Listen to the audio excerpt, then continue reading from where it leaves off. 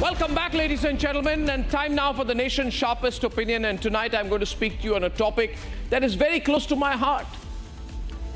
And that is one that affects millions of young people in the country, and that is the Union Public Service Commission, the UPSC. The entire UPSC examination process, which has for decades and also most recently let down the youth of this country. Ladies and gentlemen, I truly believe that the UPSC system in our country is overdue for a huge comprehensive overhaul. And tonight I will say it louder than ever because of the intriguing case of IAS Puja Khedkar, 2023 batch probationary officer from Maharashtra. A case that has now become the face of how the system has failed us repeatedly. Pooja has made national headlines and gained notoriety after her VVIP entitlement came to the fore when her endless list of demands for a special office, a Lal Batti car, and various other perks came to light despite her probationary status. But when actual scrutiny was applied to this VVIP officer, it was found that she had submitted fake disability certificates, fake OBC certificates to become an IAS officer to totally clear the civil services examination. What process is this, ladies and gentlemen? The deserving don't get a chance in this country. The really talented, the domain experts, the future economists, the future educationists, the future geostrategists don't get a chance. But people like this with fraudulent certificates enter the system. This is a case of complete disregard of the law, and despite that, this VVIP officer wanted her demands fulfilled. Ladies and gentlemen, consider the consequences of what we are saying. The case of this VVIP officer has unfortunately become a source of gossip and entertainment among people.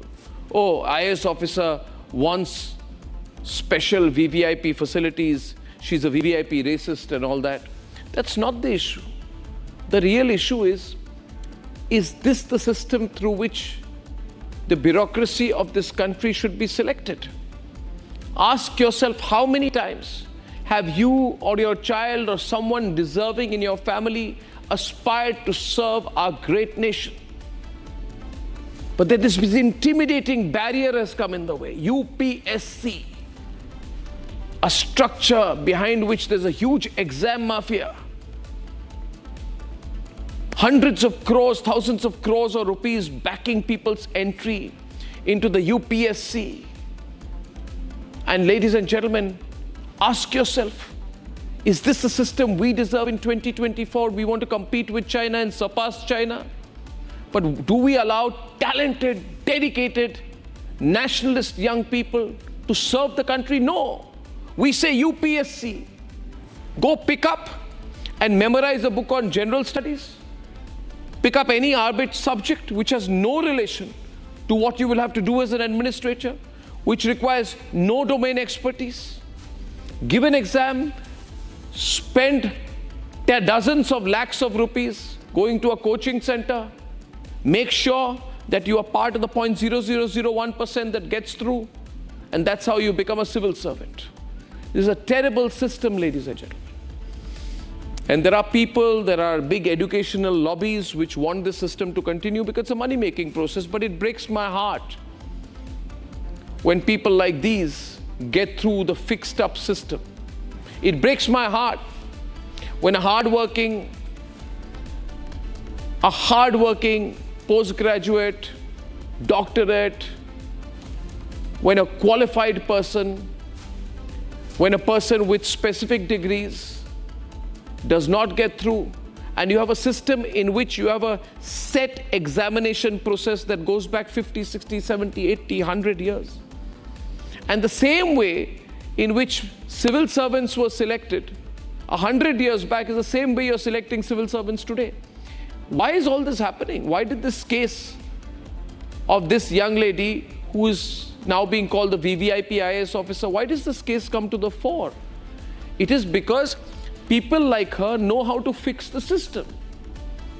So if you can fix the system, you'll get through, and then you'll behave like someone who has fixed the system. That's where the culture of entitlement, the hegemonistic attitude comes in. Ladies and gentlemen, another point I want to make tonight.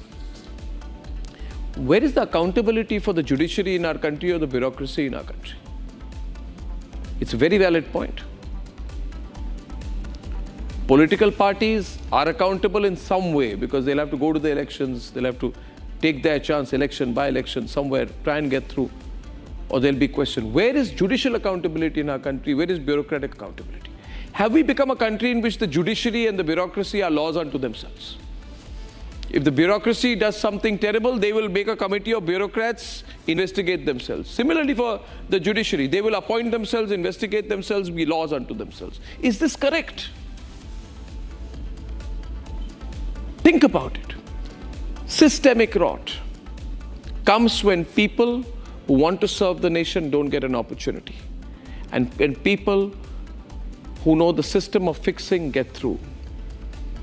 Ladies and gentlemen, the bureaucracy of this country cannot become a stronghold of people who don't want the system to change. We want the country to change. The bureaucracy must change. The judiciary must change. The politicians must change.